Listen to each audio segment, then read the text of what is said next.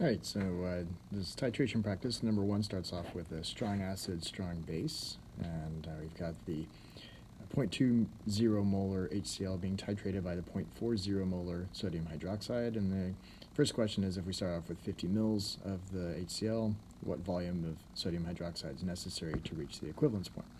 And so we're going to use this relationship frequently here. We've got the molarity is the number of moles per volume, moles in liters. And so rearranging and solving for the number of moles, that's the molarity times the volume. And I'm going to use that first of all to find out, well, just how many moles of H plus got neutralized. And so I use my concentration and volume of HCl to find out that that means that there was 0.010 moles of H plus ions. And I know that the entire concentration is H plus ions because HCl is a strong acid, and so it completely dissociates. And then, of course, at equivalence, we have the same number of H plus ions as we have hydroxide ions, and so I can use that same number of moles of hydroxide ions and the same relationship to find the volume of sodium hydroxide that must have been necessary to produce the number of moles of hydroxide ions to neutralize that many H plus ions. And so, as you might have been able to anticipate from the fact that the base is double the concentration, it's going to take half of the volume, and so it's 25 mils of the sodium hydroxide. And then what's the pH at equivalence? Well, of course, it's an easy one because it's a strong acid, strong base. Then I know that we're going to have the pH at equivalence is going to be 7.0, and that's because the ions in solution, when all the H plus ions and the H minus ions are equal, then they can neutralize each other and forms water. And all that's left are sodium and chloride ions, and those are neither acidic nor basic. No, they don't donate protons, they don't accept protons, and so that's they're not going to change the pH.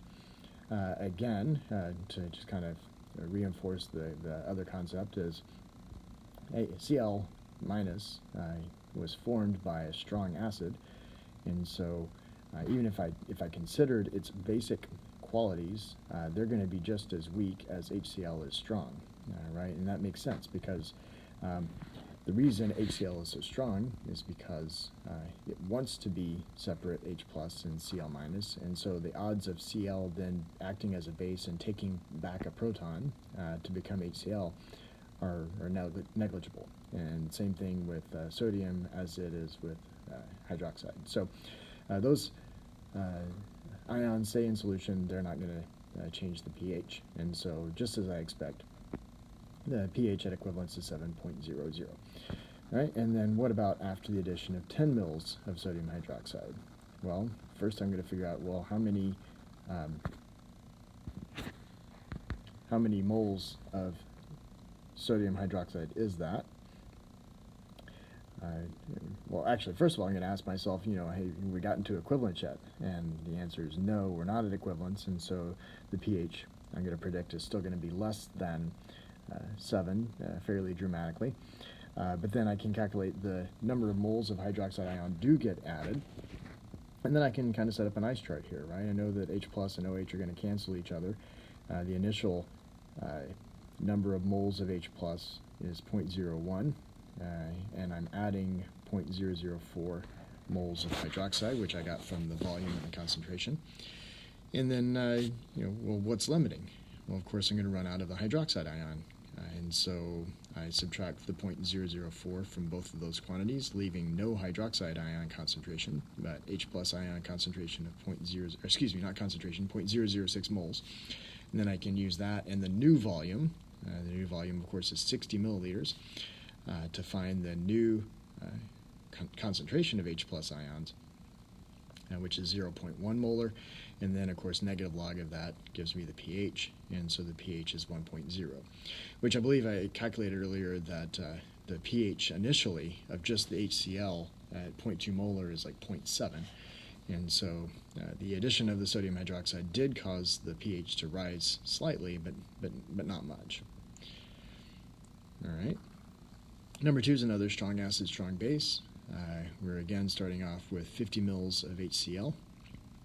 We're titrating it with 0.1 molar sodium hydroxide. I tell you in part A that it took 23.4 mils of the sodium hydroxide required to reach equivalence, and so then you can use that to determine the concentration of the HCl that we started with. So again, same concept. At equivalence, we've got the same number of H plus and OH minus ions, and so I'm going to start with what I do know, and that is the sodium hydroxide. I have both a volume and a concentration, so I can find a number of moles. I know that that number of moles has to be equal to the number of moles of H plus ions, and so I use that divided by the initial volume. Right here I'm not using the new volume because I found the number of moles that there were, and so to get the original concentration I divide by the original volume, and then of course that gives me 0.047 molar HCl. And once again, it took about half the volume of sodium hydroxide, and so I expect the concentration of the HCl to be about half the concentration of the sodium hydroxide. And again, pH at equivalence would be 7.0 because it's strong acid, strong base. The Cl, the chloride and hydroxide, the chloride and sodium ions don't change the pH of the solution, and so that would be 7.0. But then this question asks, well, what about after the addition of 26 milliliters? And so now 26 is more than 23.4, so we made it past the equivalence point, so I expect the pH to be greater than 7. But I can calculate it by finding out, again, I know 26 milliliters of sodium hydroxide will produce 0.0026 moles of hydroxide ions. I know that I'm going to neutralize 234 moles of H plus ions, and so I subtract that from how many moles of hydroxide ions I added, and that means I've got 0.0003 moles of hydroxide left over. I then divide that by the new volume, because I need the concentration after the addition of the sodium hydroxide, and so divided by 0.076 gives me a concentration of 0.00342 molar hydroxide ions. I use negative log of that to get the pOH of 2.5, and then subtract that from 14 to get the pH, which is 11.5. Alright, so those are the strong acid, strong base titrations. I'll continue with the weak acid, strong base in the next video.